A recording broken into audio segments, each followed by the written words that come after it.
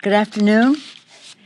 There's so much going on. Thank you for accommodating our change in schedule today. As you probably are aware, I this afternoon sent a letter to the President expressing concern about the increased militarization and lack of clarity that may increase chaos. I'm writing to request a full list of the agencies involved and clarifications of the roles and responsibilities of the troops and federal law enforcement resources operating in the city. Well, I preface it by saying, as you probably saw, there's military on the steps of Lincoln Memorial. What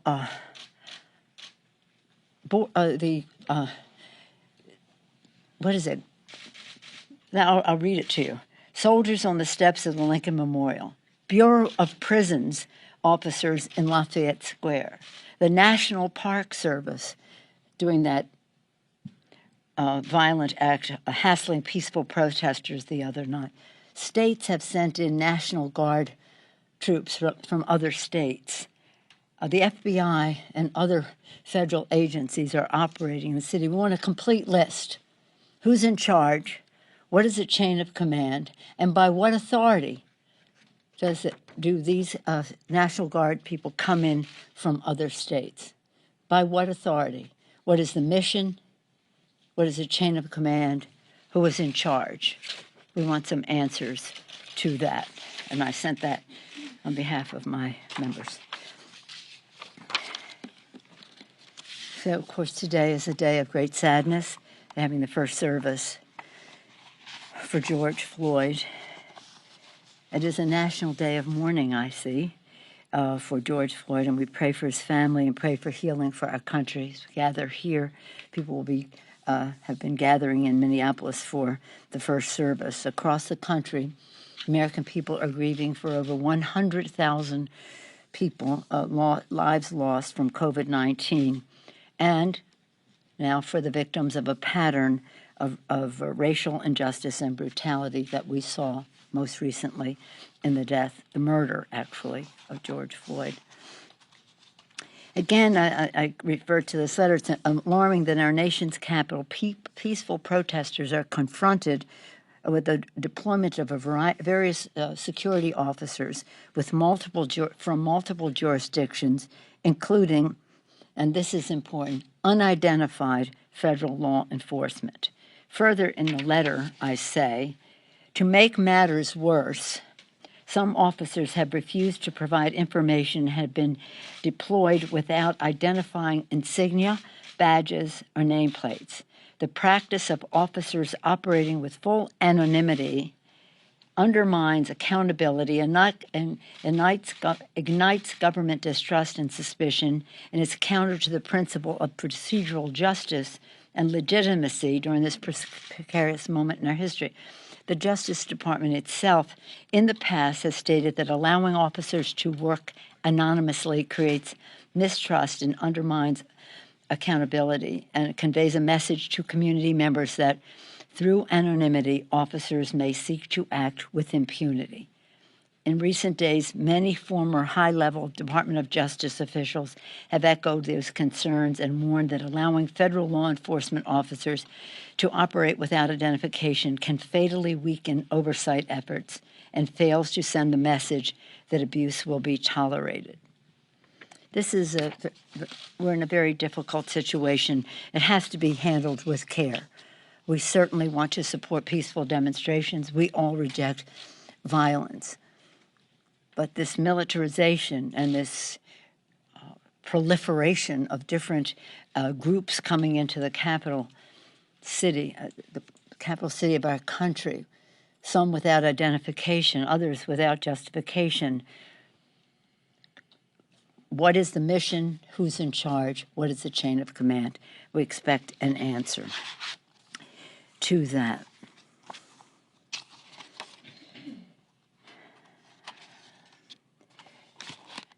As you know, we are on the brink of announcing an initiative led by the Congressional Black Caucus, the chair, Karen Bass of California. We'll be making that announcement on Monday. we are working with the Senate Democrats as well in advancing legislation protecting equal justice and including a number of provisions ending racial profiling, ending excessive use of force, ending qualified immunity, the qualified immunity doctrine, and again, addressing the loss of trust between police departments and communities they serve. We will not relent until that is secured, that justice is secured. What happened with George Floyd is so heartbreaking, but it's pivotal. It's an inflection point. It is a threshold that our country has crossed. It isn't the first time someone has been harmed, murdered unfairly at the hands of law enforcement, but it is a time that is about a pattern at a time when the high tension wires are up because of the coronavirus and other people are dying, as well as the confinement, the economic uncertainty. So to address those health issues and to address the uncertainty and to just the well-being of our country, we hope that the Senate will soon take up the HEROES Act. The HEROES Act is about protecting the lives, the livelihood, and the life of our democracy in our country.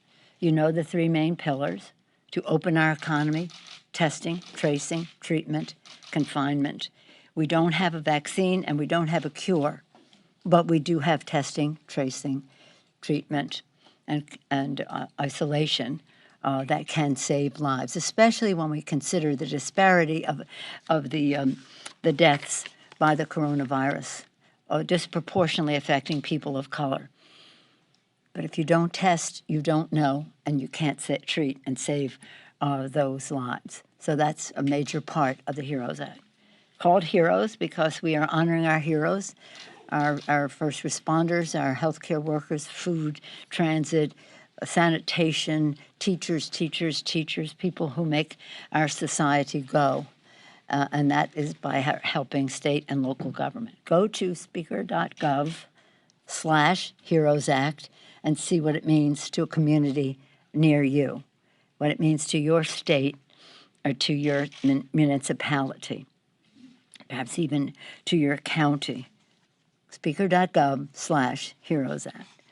And then the third part of that, open our economy by testing, honoring our heroes by keeping government open, and third, putting money in the pockets of the American people. So important right now. Senator McConnell said we must take a pause. A pause? Is the virus taking a pause? Is unemployment taking a pause? Is hunger taking a pause? Is a need for rent taking a pause? I don't think so, and nor should we. If we do not act soon, we will only worsen the fiscal impact and the economic impact on our society. Don't take it from me. Take it from the chairman of the Fed. We really need to act, to invest. This recession will worsen unless we put money in the pockets of the American people. So no, we don't need a pause. We need a pass of a bill in the Senate. And we have bipartisan support all over the country for those three main pillars: honor our heroes, open our economy by testing, money in the pockets of the American people. In addition to that, we want them to agree to worker safety in the workplace, support for the postal system, support for vote by mail, and again, support for food stamps to feed the hungry in our country. They seem so self-evident. And again, we're hoping that will be soon. As you see, they have a change of attitude. We're excited that they finally did pass the PPP bill. That Dean Phillips, new member of Congress from Minnesota, had put forth a bipartisan bill, passed the Senate. I just signed it before I came over here. I would have signed it in front of you, but they told me I had to have permission from the radio TV gallery to do that. Is that exactly what you said? So since we didn't do that, so now we want to move on with the with that. For me, today is a very sad and special day. Today, we solemnly mark 31 years since the Tiananmen Square massacre. 31 years. In 1991, I stood in Tiananmen Square, bipartisan group of members of Congress, bipartisan, and we unfurled a flag reading, "To those who died for democracy." We were chased by the police. It was a question of who could run faster because they were after us with clubs and whatever else. They took some of the press film or whatever film, I mean, it's 31 years ago, away from them. Sadly, decades later, China's record of repression is unchanged. I'm so proud that in a bipartisan way, Congress has long been united in strong support for human rights in China. This past year, the House held Beijing accountable in a number of ways, passing the Uyghur Human Rights Policy Act, which I signed the other day. Some of you were, was that yesterday? Seems like a long time ago. No, Tuesday. The Uyghur Human Rights Policy Act, the Tibet Policy and Support Act, and the Hong Kong Human Rights and Democracy Act. We hope as the president implements these laws, we can work together to have a strategic plan, not only us in a bipartisan way, but also, and bicameral, but also globally to stop the oppression in China. If we refuse, I always say this, if we refuse to condemn human rights violations in China because of economic concerns, then we lose all moral authority to criticize human rights violations any place in the world. So with that, again, we are sad about George Floyd. We thank his family for the dignity and the inspiration that they have demonstrated in all of this, and we pray that he rests in peace. Any questions? Yes, ma'am. About Hong Kong. UK Prime Minister Boris Johnson said yesterday he would be willing to allow nearly 3 million Hong Kongers That's right. To work and live in the UK. Is this something that U.S. would consider if China implements its national security law? Well, I did have a conversation with the British ambassador yesterday on a variety of subjects, and then, of course, this came up. It's timely. This is consistent and a continuation of UK law vis-a-vis Hong Kong. So he said he would consider, let's see what they do. What the concern I have about it is, though, I mean, as generous as that is, that would be a large percentage, maybe like 40% of the people of Hong Kong, and it would be a big brain drain on Hong Kong. So again, I think it's a wonderful thing that people know that people will know that their safety is protected and they can go to London. But I would hope that democracy could come to democratic freedoms. We don't expect it to be democracy, but democratic freedoms could come to Hong Kong. Yes, ma'am. How are you doing? I agree. Okay. If you'll indulge me, this is a bit of a long question. As it relates to police violence, I see different views among members of Congress. Do you and the caucus believe this is an issue of systemic racism in American policing? And would you be comfortable naming that? Well, we have, as I've mentioned, we're taking our lead from our distinguished chair of the Congressional Black Caucus, Karen Bass. As you probably know, in the Congress of the United States, the Black Caucus is considered the conscience of the Congress. And there are years of history, of experience. When I say experience, I mean personal as well as legislative experience as to how we go forward. So on Monday, we'll be making our announcement as to how we go forward in this particular aspect of it. But it is about other injustices, too. It's about health disparities. It's about environmental injustice. It's about economic injustice. It's about educational injustice. So we want to see this as a time where we can go forward in a very drastic way, not incrementally, but in an important way to redress those problems. So at this time, systemic racism in American policing, you don't think that is? Well, let me leave the presentation to it up to the caucus. We certainly do see that this is more than one or two people acting. There's a record, and that's what I think this is so important about how many people are turning out, because as important as George Floyd's life is, and our hearts are broken that his life was taken, it's about a pattern of behavior. So I would use the word pattern. We'll see how the Black Caucus will want to present this. I'll tell you this, speaking of systemic, I had the privilege, and some of you know this, to go with the Black Caucus to Ghana last summer. It was the 400th anniversary of the first slaves coming across the ocean. I don't say to America because America didn't even exist then. It wasn't the United States, just coming across the ocean. These people were kidnapped or purchased, placed in dungeons beneath the dignity of a human being. You wouldn't even. It was horrible, these dungeons.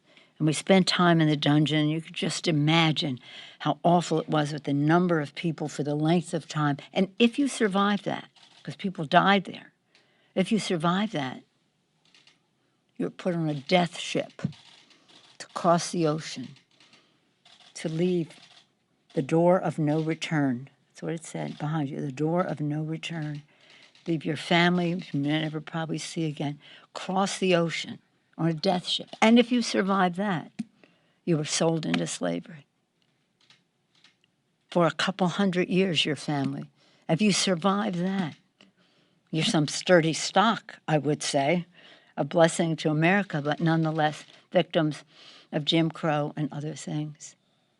I wish you could all go to Selma and to Birmingham and to Montgomery and see the history there, as we all were just most recently in March. And in one of the things in Brian Stevenson's, one of his museums, he has two, the Lynching Museum and the other museum. In one of them, this is something that I can never get out of my mind. They're little children speaking, and they're little children holding hands, and they're saying, "Mama, Mama, has anyone seen our mother?" Separated from their children. Separated from their children. The parents separated from their children. So you want to talk systemic, we're talking a long way back and a lot of injustice in it all. Sad to see when those children are separated from their parents in Mexico that we could even think that that was an okay idea. They just had to listen to the voices of the children. So there's a lot that we have to redress in how we go forward.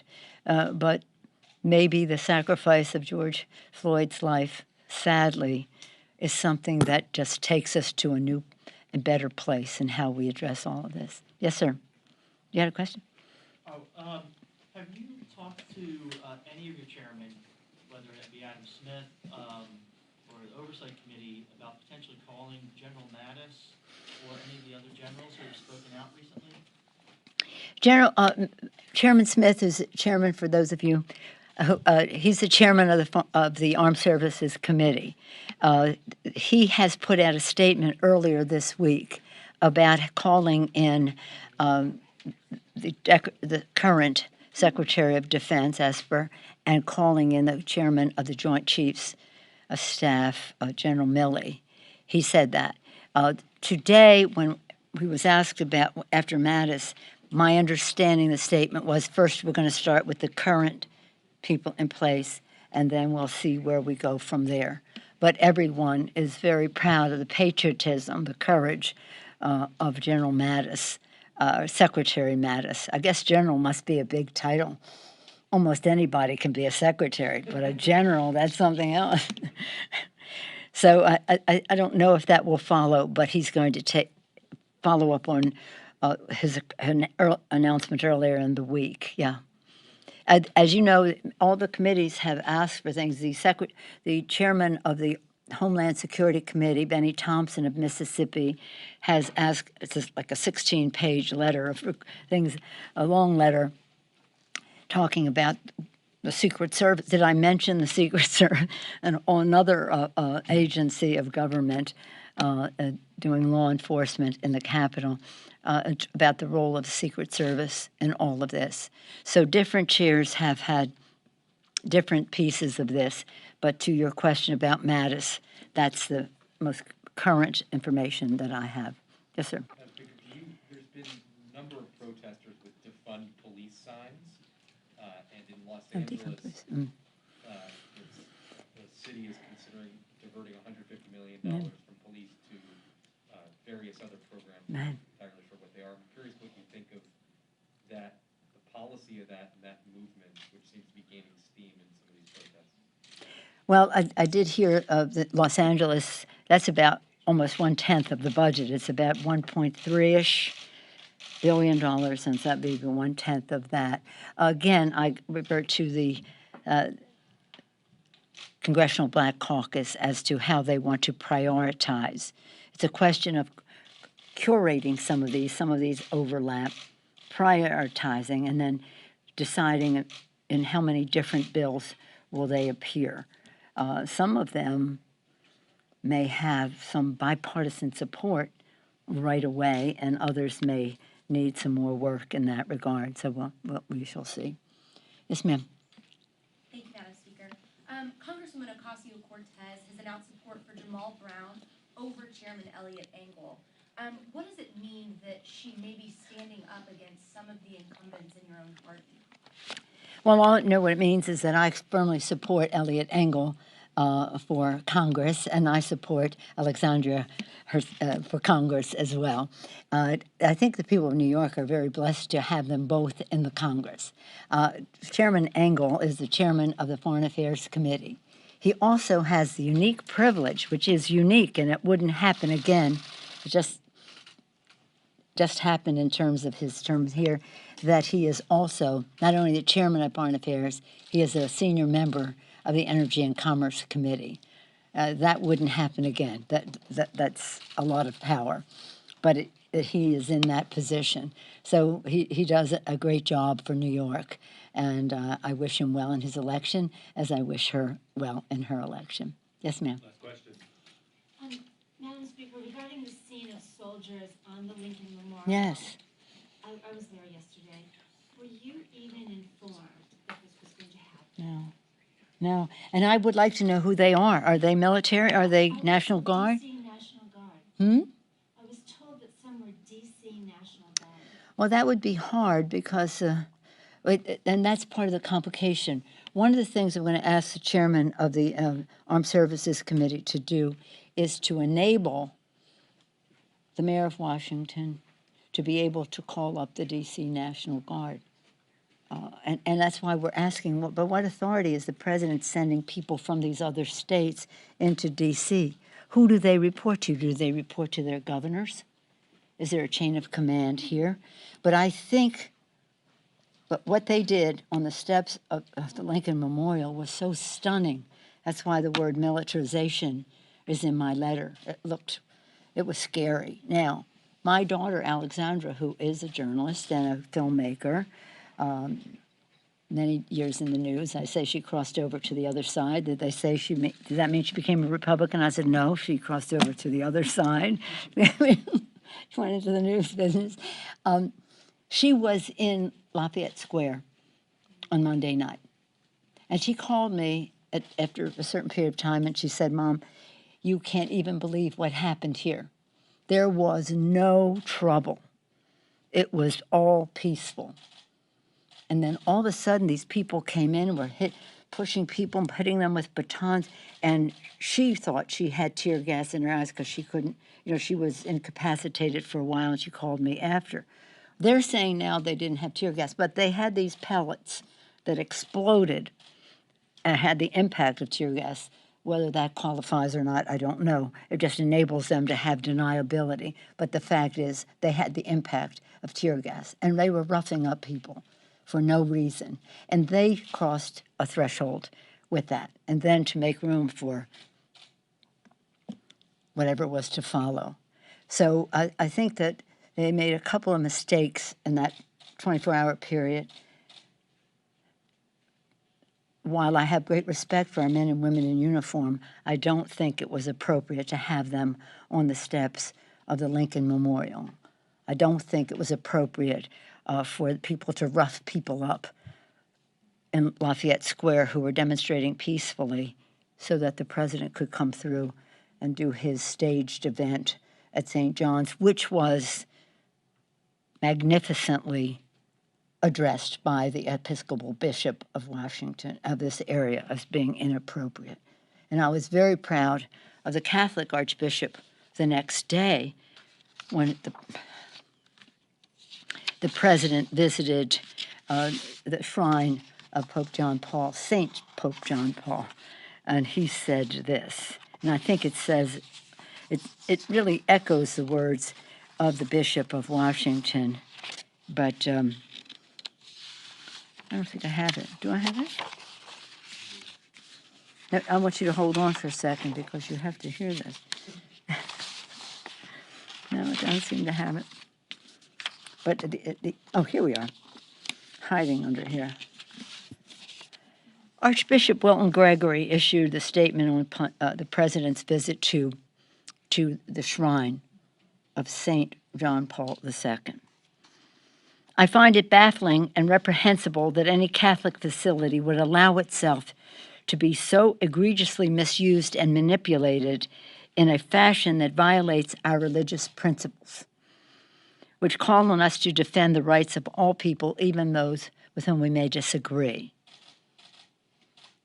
Saint Pope John Paul II was an ardent defender of the rights and dignity of human beings. His legacy bears vivid witness to that truth. He certainly would not condone the use of tear gas and other deterrents to silence, scatter, or intimidate them for a photo opportunity in front of a place of worship and peace.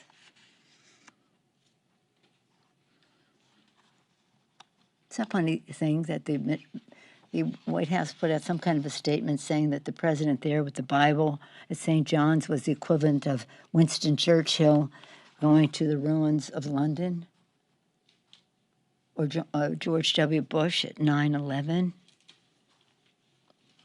I rest my case. We do need, I quoted a classic Ecclesiastes, a time to heal. This is a time to heal. Let's hope that holding that Bible, something by osmosis or something, may have gotten into the president about healing, which is Ecclesiastes in the Bible, time to heal.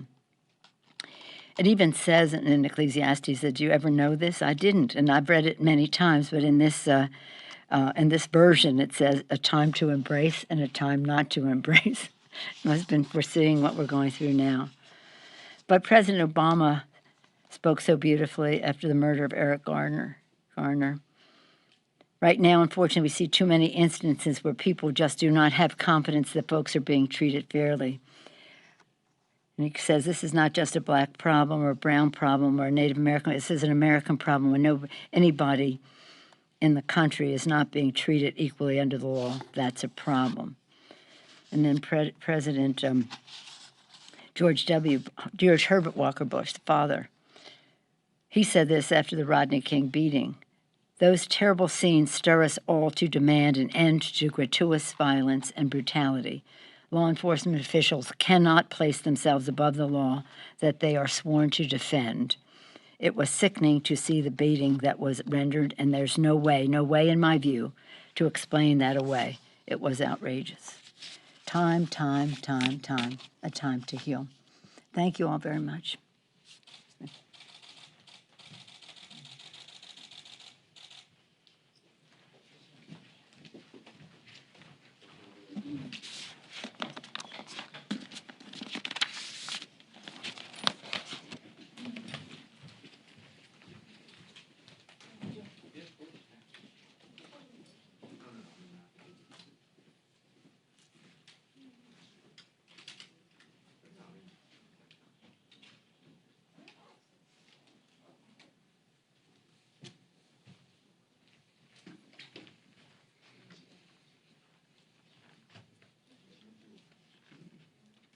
Good to meet you. Good to